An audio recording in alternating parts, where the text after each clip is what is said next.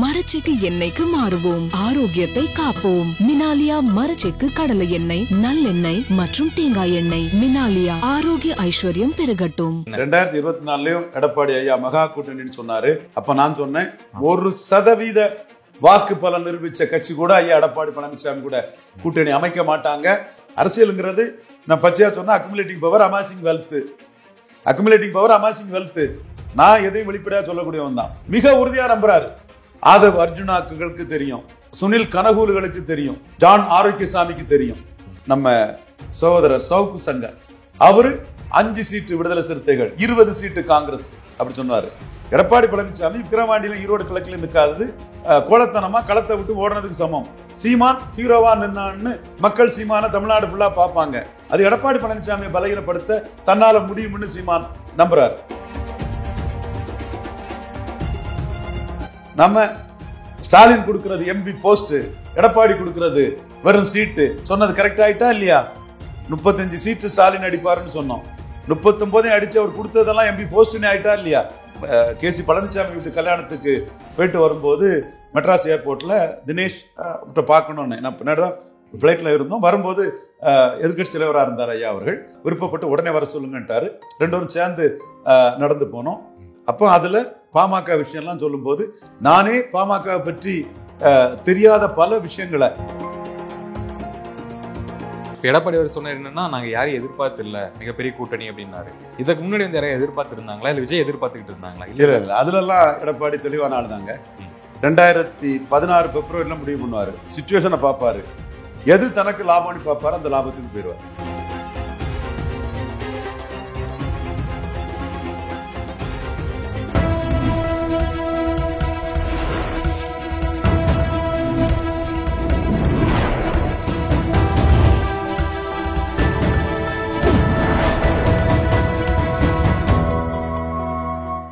Channel 5 தமிழர்களுக்கு வணக்கம். இன்றைய நேர்காணலில் நம்முடன் இணைந்திருப்பவர் அரசியல் விமர்சகர் திரு ரவீந்திர துரைசாமி அவர்கள். வணக்கம் சார். வணக்கம் தம்பி. சார், எடப்பாடி அவர்கள் வந்து சமீபத்தில் பேசியிருந்தாரு என்னன்னா, 2026 ஒரு வலிமையான கூட்டணி, மிகப்பெரிய கூட்டணி வரப்போகுது, கூட்டணி வேறு கொள்கை வேறு அப்படிங்கிற மாதிரி சொல்லியிருந்தாரு. உங்களுடைய பார்வை என்ன? மிகப்பெரிய கூட்டணி என்ன? 2024 எடப்பாடி ஐயா மகா கூட்டணின்னு சொன்னாரு. அப்ப நான் சொன்னேன் 1% வாக்கு பலன் நிரூபிச்ச கட்சி கூட ஐயா எடப்பாடி பழனிசாமி கூட கூட்டணி அமைக்க மாட்டாங்க. அது மட்டுமில்ல, ஒரு சிலர் மாதிரி நபர் அரசியல் விமர்சகர் மட்டுமில்ல, களத்தில் இறங்கி வேலை பார்க்கக்கூடியவன், மற்ற அரசியல் விமர்சகர்கள், நண்பர்கள், சகோதரர்கள், என் மதிப்புக்கும் மரியாதைக்குரியவர்கள், அவங்கள நான் நேசிக்கிறேன், மதிக்கிறேன். அது வேற விஷயம். நம்ம களத்தில் இறங்கி வேலை பார்த்து அதை நம்ம சொன்னது மாதிரி அதை அவர் அமைக்க விடாமலும் செய்து காட்டணும். சொல்லி தான் அடித்தோம். நம்ம தெளிவாக சொன்னோம், அமைக்க முடியாது, அமைக்க விட மாட்டோம்னு சொன்னோம். இன்னைக்கு சட்டமன்ற தேர்தல், அந்த அளவுக்கு மக்களவை தேர்தலில் அவர் அமைக்க முடியாத நெருக்கடி இல்லை. நம்ம பிராக்டிக்கலா விஷயத்தை பேசக்கூடியவங்க. மக்களவை தேர்தல் நம்ம சொல்லி அடிச்சோம், ஜெயித்தோம். இது அவருக்கு பையன் பேர் என்ன? மிதுன் பழனிசாமிக்கு தெரியும், ஆதவ் அர்ஜுனாக்களுக்கு தெரியும், சுனில் கனகூலுகளுக்கு தெரியும், தென் ஜான் ஆரோக்கியசாமிக்கு தெரியும். இதை தாண்டி தெரியும் லிஸ்ட் போட்டுன்னா நம்ம சகோதரர் சவுக்கு சங்கர் அவரு 5 சீட்டு விடுதலை சிறுத்தைகள், 20 சீட்டு காங்கிரஸ், 20 சீட்டு காங்கிரஸ் அப்படி சொன்னாரு. நம்ம ஸ்டாலின் கொடுக்கிறது எம்பி போஸ்ட், எடப்பாடி கொடுக்கிறது வெறும் சீட்டு சொன்னது கரெக்ட் ஆயிட்டா இல்லையா? 35 சீட்டு ஸ்டாலின் அடிப்பாருன்னு சொன்னோம். 39 அடிச்சு அவர் கொடுத்ததெல்லாம் எம்பி போஸ்ட்னு ஆயிட்டா இல்லையா? இப்பவும் ஸ்டாலின் கொடுக்கிறது எம்எல்ஏ போஸ்ட், எடப்பாடி கொடுக்கிறது வெறும் டிக்கெட்டுன்னு இருக்கு. என்றாலும் இந்த இதுல ஸ்டாலின் டாக்டர் ராமதாஸுக்கு டிக்கெட் கொடுக்க மாட்டார்.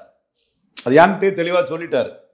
ரொம்ப ஸ்ரூட் அண்ட் இன்டெலிஜென்ட், கலைஞரோட ஸ்டாலின் நுணுக்கமானவர், குய்வைவான ஆளுன்னா நான் சொல்றது காரணம் சும்மா சொல்லல. கேசி பழனிசாமி வீட்டு கல்யாணத்துக்கு போயிட்டு வரும்போது மெட்ராஸ் ஏர்போர்ட்ல தினேஷ் பார்க்கணும்னு நான் பின்னாடி தான் பிளைட்ல இருந்தோம். வரும்போது எதிர்கட்சி தலைவராக இருந்தார் ஐயா அவர்கள். நான் பார்க்கணுன்னு, தினேஷ் உடனே நான் பார்க்க வரணும்னு விருப்பப்பட்டு உடனே வர சொல்லுங்கன்ட்டாரு. 2 பேரும் சேர்ந்து நடந்து போனோம். ஒரு 7 நிமிஷம் அவர்கிட்ட பேசிட்டு இருந்தேன். அப்போ அதுல பாமக விஷயம்லாம் சொல்லும்போது நானே பாமக பற்றி தெரியாத பல விஷயங்களை, நானேன்னா நான் ஒரு அரசியல் விமர்சகரான பாமகவுக்கு எதிராக இருந்து அவரை எதிர்த்து போராடிட்டு இருக்கக்கூடியவன் என்றாலும் அவர் ஒரு கட்சி தலைவரா அதை விட நிறைய நுணுக்கமான விஷயங்களை தெரிஞ்சு வச்சுக்கிட்டு என்கிட்ட ஒவ்வொன்றா பேசுறாரு. அப்பவே நான் அதிசயிச்சு போனேன். அப்போ அவரு நாம என்ன சொல்ல வந்தோமோ, ஐயா பாமகவோட விடுதலை சிறுத்தைகள் தான் உங்களுக்கு கெயின் சொல்ல வந்தோமோ, அதுக்கு நாம சொன்ன ரீசனையும் தாண்டி அவரு 4-5 ரீசனை சொல்றாரு. அதுதான் ஆச்சரியப்படத்தக்கதா இருந்தது. சோ பாமக கூட்டணி திமுக கூட இல்லை, விடுதலை சிறுத்தைகள் தொடரும். அவங்க வேல்முருகன், இவர் ஜெயகுருவோட மனோஜ் விருதாம்பிகை, இவங்கெல்லாம் இவங்களுக்கு ஆதரவு கரம் நீட்டலாம், நேரடியாகவோ மறைமுகமாகவோ ஆதரவு கரம் நீட்டலாம். அப்ப பாமகவும் வட தமிழகத்துல எடப்பாடி கூட சேர்ந்தா ஜெயிக்க முடியும். எப்படி? தர்மபுரியில ஜெயிக்கலாம், சேலத்துல ஜெயிக்கலாம், விழுப்புரத்துல ஜெயிக்கலாம், கள்ளக்குறிச்சியில ஜெயிக்கலாம், நாமக்கல்ல ஜெயிக்கலாம், சிதம்பரத்துல ஜெயிக்கலாம். இவ்வளவு இடங்கள்லையும் ஒரு டஃப் ஃபைட் வரும். அதுல பாமகவுக்கும் சில இடங்கள் ஜெயிக்க முடியும். கழிஞ்ச தடவை 5 சீட்டு ஜெயித்திருக்காங்களா, இந்த தடவையும் அவங்க பாமகவும் அதிமுகவும் சேர்ந்தா 4-5 சீட்டு ஜெயிக்க முடியும். இதுல டாக்டர் ஐயா தனியா நின்னாலே தர்மபுரியில 2-3, சேலத்துல 1-2 அப்படின்னு தனியா நின்னாலே அந்த சீட்டு ஜெயிக்க முடியும்னு நினைச்சாருன்னா, பாமக கூட்டணியோட தனிச்சு நிற்கிறதுக்கோ அல்லது என்டிஏ கூட்டணி நிற்கிறதுக்கோ விரும்பலாம். ஸோ பாமகவுக்கு எடப்பாடி கூட சேர்ந்தா இந்த பகுதிகளில் அரித்மெட்டிக்கு நல்லா வந்துடும். நம்ம சரியான கணக்கில் தான் நம்ம சொல்றோம். வேல்முருகன் அவர் 2-3 சீட்டு வாங்கிட்டு போனாருன்னா, அரியலூர் ஜெயங்கொண்டான்ல வேல்முருகனுக்கு எடப்பாடி சீட்டு கொடுத்தா ஜெயிக்கும். இதெல்லாம் எடப்பாடிக்கு அந்த 2 கட்சி கூட்டணியும் எடப்பாடியால ஜெயிக்க முடியும். இதை தாண்டி எடப்பாடி கூட திமுக கூட்டணியில இருந்து யாருமே விலகி வர போறதில்லை. அது இன்டாக்டா இருக்கும். நான் டிஎம்கே அலையன்ஸ் இன்டாக்ட்ங்கிறதுல புள்ளி விவர புலிகள்னு விஜய் மேல கோவப்படுறாரு, எடப்பாடி ஐயாவும் கோவப்படுறாரு. 2 ஐயாக்களும், மதிப்புக்குரிய ஐயா எடப்பாடி பழனிசாமியும் மதிப்புக்குரிய ஐயா விஜயும் கோவப்பட்டு பிரயோஜனம் இல்லை. நான் சொல்றது உண்மை. அது ரீசன் என்னன்னா, ஸ்டாலினை இது பண்ணி சொல்ல வேண்டிய அவசியம் இல்லை எனக்கு. ஸ்டாலின் தான் அதுக்கு லீடர்னாலும் கூட அவர் உட்பட எல்லாருமே தோல்வியில அந்த அணியில இணைஞ்சவங்க. தோத்தவங்க எல்லாம் ஒண்ணு சேர்ந்து ஜெயித்துட்டு இருக்காங்க. ஸோ இந்த வெற்றி தொடர்றது வர தொடரும். ஏன்னா யாருக்கு என்ன பலன்னு தெரியாது. யாரும் ரிஸ்க் எடுக்க விரும்பல. ஸ்டாலின் ஜோதி பாசு மாதிரி இந்த அணியை கொண்டு போக நினைக்கிறாரு. நாம சொல்றது கண்டு நிறைய பேருக்கு தீயில மிதிச்ச மாதிரி அப்பா அப்பான்னு கதறாங்க. காங்கிரஸ் கூட்டணி, விடுதலை சிறுத்தைகள் கூட்டணி, விஜய் கூட காங்கிரஸ், விஜய் கூட விடுதலை சிறுத்தைகள். ஜான் ஆரோக்கியசாமி ஐயா எவ்வளவு ரீல்களை கலரா சுத்தினாரு. ஜான் ஆரோக்கியசாமி ஐயா ஏதாவது நடக்குதா? ஏதாவது நடக்க வாய்ப்பு இருக்கா? இல்ல. கிளியர் கட்டா எல்லாருமே சந்திரகுமார் பதவியேற்பு விழாவுக்கு வந்துட்டாங்க. எல்லாருமே திமுக வேட்பாளருக்கு ஆதரவு தெரிவிச்சுட்டாங்க. சோ திமுக கூட்டணி இன்டாக்டா இருக்கும். அதுல வெளிவரக்கு வாய்ப்பே இல்ல. அதுவும் இன்டாக்டா இருக்கும். வெற்றி பெறுறது வரை அவங்க வெற்றி தொடரும், அவ்வளவுதான். தோத்தாதான் அவங்க அதுக்குள்ள உள்ளவங்க மற்றதை பற்றி யோசிப்பாங்க. So winning alliance, win win win win, எல்லாத்துக்குமே லாபம்.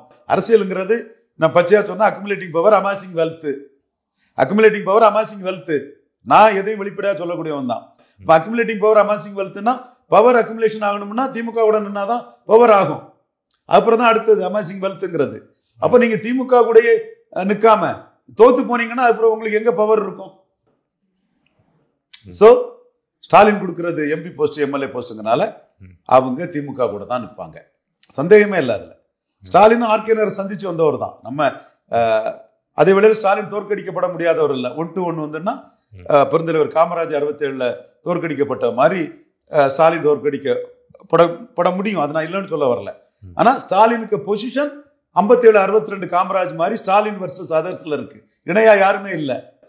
அன்னைக்கு காமராஜுக்கு அடுத்தபடியா 27% பேரறிஞர் அண்ணா பெருந்தகை இருந்தாரு. அந்த ரேஞ்சில கூட எடப்பாடி இல்ல. 20% தான். அது செல்ல ஏரியாவில் 3வது போயிட்டாரு. அண்ணா 62 பெரிய அளவுல 3வது எந்த ஏரியாவுக்கும் போகல. 50 சீட்டு அண்ணா ஜெயித்துட்டாரு. எம்பிக்களும் ஜெயித்திருந்தாரு. சோ ராஜாஜிக்கு அண்ணாவை ஏத்துக்கிட வேண்டிய சூழ்நிலை தான். இன்னைக்கு வந்து என்டிஏ 18 எடப்பாடி 23 சொல்லும் போது அண்ணாமலை எடப்பாடியை வீழ்த்தினாதான் நாம சிஎம் ஆக முடியும்னு எடப்பாடியை வீழ்த்ததுக்கு நிற்கிறாப்புல. அப்போ 57 அண்ணா பொசிஷன்ல தான் எடப்பாடி நிற்கிறாரு. 62 பேரஞ்சர் அண்ணா பெருந்தகை பொசிஷன்ல இல்ல. ஸ்டாலின் 57 62 காமராஜ் பொசிஷன்ல இருக்கிறாப்புல. இன்னும் 67 1 to 1 வர்றதுக்கு இன்னும் எத்தனை எலெக்ஷன் வரப்போகுதோ. உண்மையதான்பா சொல்றேன். இதுல சீமானும் எடப்பாடி பழனிசாமியை பலகீனப்படுத்தி மேல வந்துடலாம்னு நினைக்கிறாரு. விக்கிரவாண்டியிலையும் ஈரோடு கிழக்குல நிற்காத எடப்பாடி பழனிசாமிய கமலஹாசனையும் தினகரனையும் பலகீனப்படுத்தின மாதிரி எடப்பாடி பழனிசாமியையும் பலகீனப்படுத்திடலாம்னு சீமான் உறுதியா நம்புறாரு, மிக உறுதியா நம்புறாரு. எடப்பாடி பழனிசாமி விக்கிரவாண்டியில ஈரோடு கிழக்குல நிற்காதது கோலத்தனமா களத்தை விட்டு ஓடுனதுக்கு சமம். சீமான் ஹீரோவா நின்னான்னு மக்கள் சீமான தமிழ்நாடு ஃபுல்லா பார்ப்பாங்க. அது எடப்பாடி பழனிசாமியை பலகீனப்படுத்த தன்னால முடியும்னு சீமான் நம்புறாரு. அப்போ அன்னைக்கு வந்து பேரறிஞர் அண்ணா பெருந்தகை பின்னாடி முதறிஞர் ராஜாஜி, தமிழர் தந்தை ஐயா ஆதித்தனார், கண்ணியமிகு காயிதே மில்லத் சாஹிப், ஐயா கல்வி வள்ளல் ஐயா முக்கிய தேவர், இப்படி பல தலைவர்கள், communist, socialist, depressed caste league, மாப்போசி, இப்படி பலரும் வந்து சேர்ந்தாங்க, குவிஞ்சாங்க. 1 to 1 அன்னைக்கு உருவாச்சு. இன்னைக்கு 1 to 1 உருவாக்கக்கூடிய சூழ்நிலை இல்லை. எடப்பாடியை வீழ்த்தினாதான் நாம எதிர்காலத்தில் சிஎம் ஆக முடியும்னு அண்ணாமலை நினைக்கிறாரு, சீமான் நினைக்கிறாப்புல. விஜய் என்ன நினைக்கிறாருன்னு தெரியல. தாவேக்காவுடைய பிளான் அதுதானே இல்லையா? தாவேக்காவுடைய பிளானும் அதுதானே இல்லையா? தாவேக்கா பலம் நிரூபிக்காத கட்சி. பலம் நிரூபிச்சாதான் அந்த 1 to 1 அவங்களை கணக்குல சேர்க்க முடியும். அல்லது ஒரு பிரச்சார பீரங்கியா பயன்படுத்திக்கலாம். இது பலம் நிரூபிக்கிறதுக்கு முன்னாடி பவன் கல்யாண் வந்து 2014 ஆந்திரா பிரிவினைக்கு எதிராக பிரச்சாரம் பண்ணார் இல்லையா? அதே மாதிரி ஒரு பிரச்சாரத்துக்கு பயன்படுத்திக்கலாம். இவருக்கு என்ன பலத்துக்கு ஒரு சீட்டு கொடுக்க முடியும்? 1 to 1 விஜய் வந்து பலம் நிரூபிக்காதவர் வந்து கன்சிடரேஷன்ல இல்ல. ஒரு க்ரோட் புல்ல அவரு 26ல பலம் நிரூபிச்சாதான் அவரை வந்து 31க்கு கன்சிடர் பண்ண முடியும். எனக்கு அப்படி ஒண்ணு எடப்பாடி எல்லாம் விஜயை கன்சிடர் பண்ணுவான்னு எனக்கு ஒன்றும் தோணல. எடப்பாடி அவர் சொன்னார் என்னன்னா, நாங்க யாரையும் எதிர்பார்த்து இல்ல மிகப்பெரிய கூட்டணி அப்படின்னாரு. இதுக்கு முன்னாடி வந்து யாரையும் எதிர்பார்த்து இருந்தாங்களா, இல்ல விஜய் எதிர்பார்த்துக்கிட்டு இருந்தாங்களா? இல்ல இல்ல, அதுல எல்லாம் எடப்பாடி தெளிவான ஆள் தாங்க. 2016 பிப்ரவரியில முடிவு பண்ணுவாரு, சிச்சுவேஷனை பார்ப்பாரு, எது தனக்கு லாபம்னு பார்ப்பாரு, அந்த லாபத்துக்கு போயிடுவார். பாஜகவுடன் நீளம் லாபம்னா போவார். பாஜகவோட இணையத்துல என்ன பிரச்சனைன்னா, அண்ணாமலை அங்க நிற்கிறாரு. நீங்க 2% சீட்டு கொடுப்பீங்கன்னு உள்ளாட்சியில சொன்னீங்க, பன்னீரே 5 கொடுக்கலான்னாரு. கடைசியில அண்ணாமலை தனிச்சு நின்று 5% வாக்கை எடுத்து முத இந்த கட்சிக்கு வந்து உயிர் இருக்குன்னு காட்டினது அண்ணாமலை. முத இந்த கட்சிக்கு உயிர் இருக்குன்னு காட்டினது அண்ணாமலை. நயனார் வருத்தப்படக்கூடாது, மற்றவங்க எல்லாம் வருத்தப்படக்கூடாது. உண்மை அதுதான். எனக்கு ஒன்றும் பொய் சொல்ல வேண்டிய அவசியம் இல்லை. அடுத்தால 6 MP சீட்டு தான் தருவானார். அண்ணாமலை 12 MP சீட்டு வேணும்னு கேட்டார். ஏன்னா டெல்லி தலைமையில சொல்லிட்டாரு, நமக்கு கிறிஸ்டின் முஸ்லீம் எதிர்ப்பு இருக்கு, அதனால 6ங்கிறாரு. அவருக்கு விளையாட கவுண்டர் இல்லாதவங்க எதிர்ப்பு இருக்கு, வன்னியர் இல்லாதவங்க எதிர்ப்பு இருக்கு, ஜாதிய முரண்பாட்டில் அவருக்கு முக்குலத்தோர் எதிர்ப்பும் ஓபிஎஸ் நீக்கின பிறகு கடுமையா இருக்கு. அப்போ அவருக்கும் ஜாதிய முரண்பாட்டில் எதிர்ப்பு இருக்கு, அது தோத்து போகும். அதனால 12 சீட்டு தரட்டு, நான் 10% ஓட்டு தனியா நின்று எடுத்து காட்டுவேன். 10% ஓட்டு இன்னைக்கு எடுத்து காட்டிட்டாரு. என்டிஏவா 18% ஓட்டுல இருக்கிறாரு. அதிமுக 20% வாக்குல இருக்கிறாங்க, 20.4 இருக்கிறாங்க. கரெக்டா நம்ம பேசிடுவோம். மக்களவை தேர்தலுக்கு பிறகு ஹரியானா ஜெயித்து காட்டிச்சிருக்காங்க RSS ஓட உழைப்புல, மகாராஷ்டிரா ஜெயித்து காட்டியிருக்காங்க RSS ஓட கடும் உழைப்புல, டெல்லி ஜெயித்து காட்டியிருக்காங்க RSS ஓட கடும் உழைப்புல. அசம்பிளிக்கான Modi Amit Shah strategy plus RSS உழைப்புல மோடி பிரச்சாரம், இதெல்லாம் வந்து சட்டமன்றத்தையும் பெருசா கொண்டு வந்திருக்கு. அப்ப தமிழ்நாட்டிலையும் அதை பண்ண முடியும். பல சோசியல் ஸ்ட்ராட்டஜிஸ் இருக்குது. எடப்பாடிக்கு பலகீனத்திலே எடப்பாடியை காலி பண்ணலாம். எடப்பாடிக்கு பலகீனத்திலே அதிமுகவில் உள்ள நான் வன்னியர்களை கையில் எடுத்துடலாம், அதிமுக நான் விளையாட கவுண்டர்களை கையில் எடுத்துடலாம். இன்னும் நிறைய இது இருக்கு. சீமான் அதை தான் செய்துட்டு இருக்காரு. சீமான் அதை தான் செய்து வளர்ந்துட்டு இருக்கிறார். சீமான் இமேஜி விக்கிரவாண்டியிலையும் ஈரோடு கிழக்குலையும் நான் வன்னியர் நான் விளையாட கவுண்டர்ஸ்ல எடப்பாடியை தாண்டி வளர்ந்துட்டு. சோ இது பலரும் செய்ய முடியும். அப்போ உங்களுக்கு கூட்டணி வேணும்னா நீங்க 20.4 என்டிஏ 18 100 சீட்டு அதிமுகக்குன்னா 90 சீட்டு என்டிஏக்கு, 110 அதிமுகக்குன்னா 99 என்டிஏக்கு, 50 அதிமுகக்குன்னா 45 என்டிஏக்கு, 10:9 ரேஷியோ, 20:18 ரேஷியோ. இதுல இதை குறைஞ்சி அண்ணாமலை விட மாட்டார். சோ நீங்க ஏமாத்திரலாம். நாளைக்கு இங்க கூட்டணி வச்சுக்கிட்டு 29ல காங்கிரஸுக்கு 20 சீட்டு பாராளுமன்றத்துக்கு ஆஃபர் பண்ணிடலாம். சவுக்கு சங்கர் 24ல சொன்ன மாதிரி 29 ஆஃபர் பண்ணிடலாம். அது அண்ணாமலை நடக்காது. மோடி வெல்யூஷனான நாங்களே அதை விட மாட்டோம். மோடி வெல்யூஷனான நாங்களே அதை விட மாட்டோம். சோ அவரு பிஜேபி கூட்டணி கூடாதுன்னு இல்லை, பலத்தின் அடிப்படையில் பங்கெடுக்க அவருக்கு வந்தா ஒரு வேளையில் நடக்கலாம். அந்த கேண்டிடேட் பிரச்சனை அது ஒன்று இருக்கா? சிஎம் கேண்டிடேட் இவரா அங்க பிரச்சனை ஒன்று இருக்கும்ல? அது எப்படிங்க அவர் சிஎம் கேண்டிடேட் இல்லாம வருவார்?